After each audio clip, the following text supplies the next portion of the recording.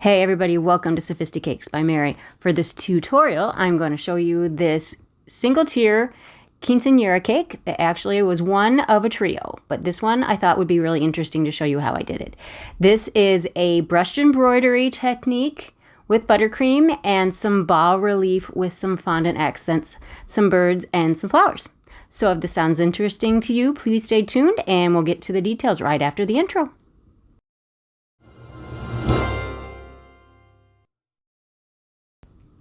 Now to make the bas relief for this cake, I used a variety of different silicone molds that had some flowers, and there were also some birds that I used for this one.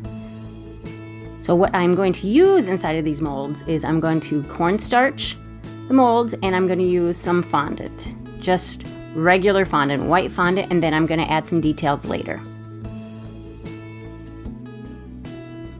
Once you have cornstarched your mats, your silicone molds, tap out the extra and just warm up some fondant in your hands. Make it pliable and put it in the molds, pushing down to get all of the details.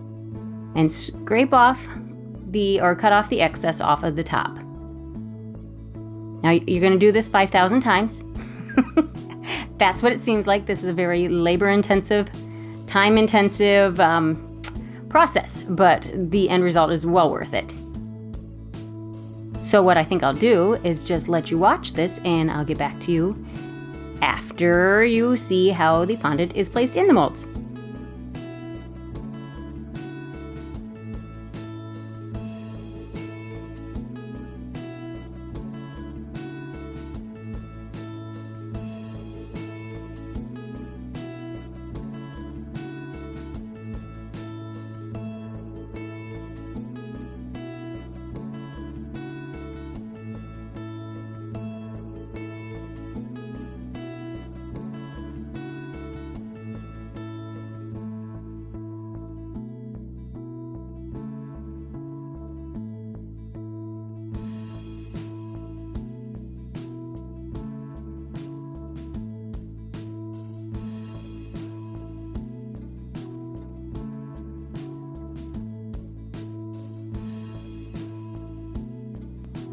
Once you have all of these filled, put them in the freezer for about 10 minutes or in the fridge for about 20 minutes, just so they firm up so they're easier to take out. As you can see, well, this bird here with the tails and the tail and the feathers or the wings is kind of hard to get out, but you'll see that these pop out pretty easily once they are firmed up from the fridge or the freezer. See, they release very easily.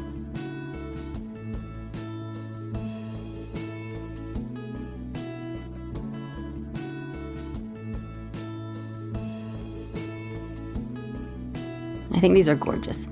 Very simple right now, but we're going to add a little detail to them once they are on the cake.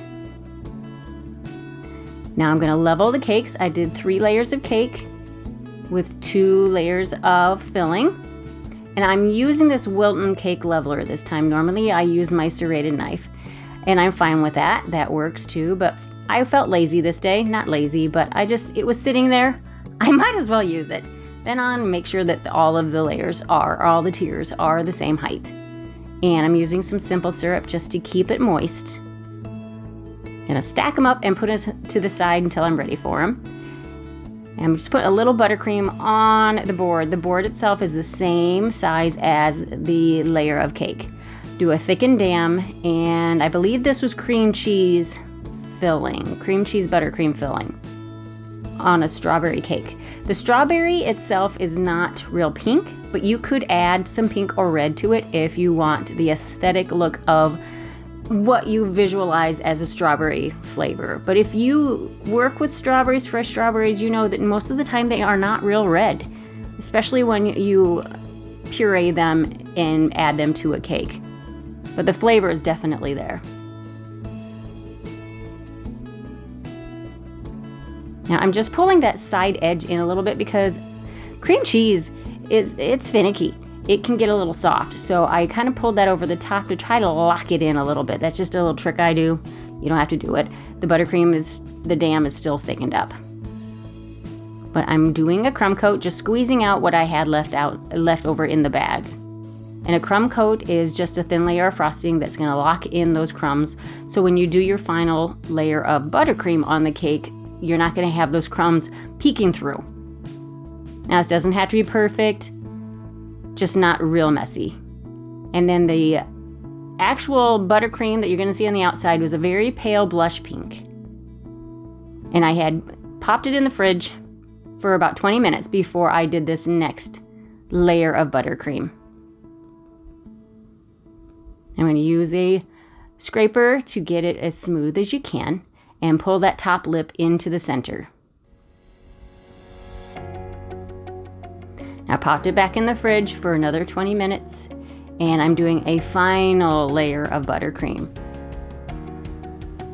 I break it down into parts. If it's not smoothing out exactly the way you want it, clean it up as best as you can, pop it in the fridge, walk away from it, come back and do another thin layer.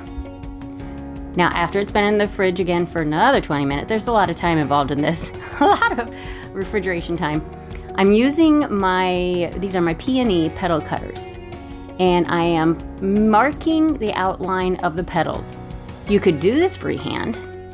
If you can do this freehand, I encourage you, but you know what? I can do 3D. I can make 3D things, but I have a hard time drawing a straight line. So I'm using these to kind of give me a guide. And I'm using a number 3 tip, I believe it's number 3 tip, and a brush with my buttercream. I used white buttercream to do the brushed embroidery. And I'm just, oh, there is some water there too. You want to dip your brush in the water when you do your brushing. But I'm just piping the outline of the flowers. Now, I did this all around the outside also, but the lighting in the room was better to show you the top. So you'll see mostly me doing the top. And then dip your brush in the water and just kind of brush the inside of that piped line in towards the center. And it gives it kind of, well, brushed embroidery. It looks like brushed embroidery. You kind of gives you some texture in the petals by doing that and softens that line. This is a more old school technique, but I think it fits in with the whole palette knife paint technique that's popular right now. It's kind of along the same line, but personally I find this a little easier, and this is what they wanted, so this is what we did. We had pictures to go by. This was done at work.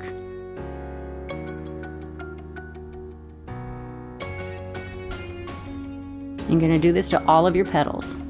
You could do another layer of petals kind of in between the outside petals. Gives it a really pretty 3D effect, but like I said, I was following an inspiration picture and that's not what it had, so we just went with this. And I like how I kind of wrapped the flowers around the outside edge, so it gives a little bit more visual interest instead of just flowers on top, flowers on the sides. If you kind of wrap things around edges and corners, it gives it a little bit more appeal.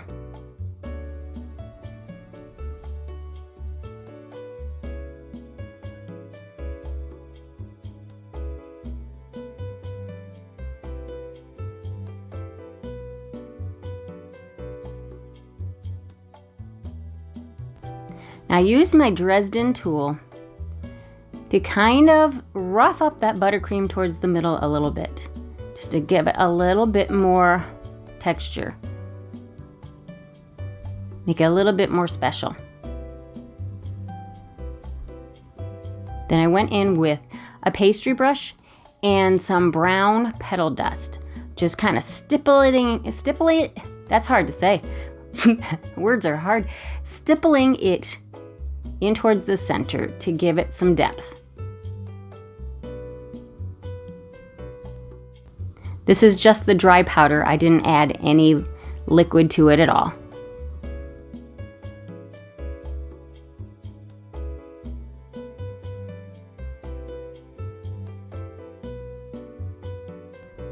And for the centers, I use some dragees, some varying types of dragees, but I need something to stick them to, so I just pipe some buttercream. Then I'm just using my finger dipped in water. Then I dip it in the sprinkle mix. And it's a little easier to control where it goes. But do use your tools if you need to roll them back into place. They tried to run away. Don't let them run away. And then make sure that you get some larger ones on. I usually do my sprinkles, the smaller ones first, and then go back in and add the bigger ones. Because if you're trying to do them all at once, the smaller ones just kind of bounce off. They don't actually touch what you're trying to get them to stick to. The bigger ones are kind of in your way. So add those last. And then I'm just using buttercream on the backs of these flowers to get them to stick to the surface. Kind of randomly arranging them in little patches of flowers. That's where the Bas Relief look comes into play here. I guess the flowers are kind of Bas Relief also. The buttercream flowers, that is. And then I'm going in with a little bit more of that brown petal dust and adding some visual interest to the outsides of the petals here and there. Not all over, just in random places. I'm going in with some gold. It's my gold luster dust mixed with some Everclear and just touching the tips of those flowers, just to make them stand out a little more.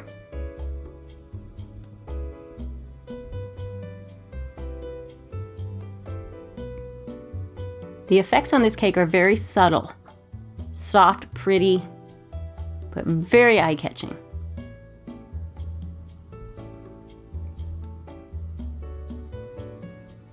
I know I do a lot of cakes that are more of the trendy abstract on this channel, but actually in real life, in my personal taste, it's a little bit more shabby chic, country kind of style. So this is really more my personal alley, but I love them all.